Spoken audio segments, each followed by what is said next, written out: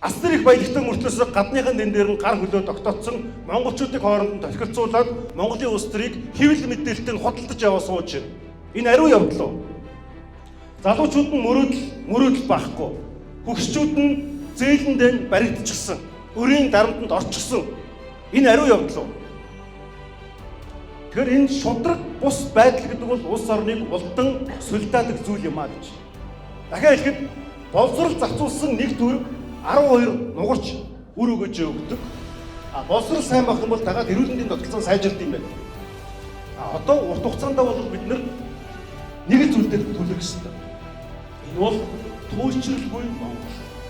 Намжирхдаг, талцрахдаг, жалгархдаг, дуурхдаг, баян ядуугаараа ялгуурладаг, хөгшин залуугаар нь талцуулдаг, хот хүрээгээр нь талцуулдаг байдлыг бид тассан зогсоож нэг хүчирхэг Монгол улсыг бид нар байгуулах ёстой.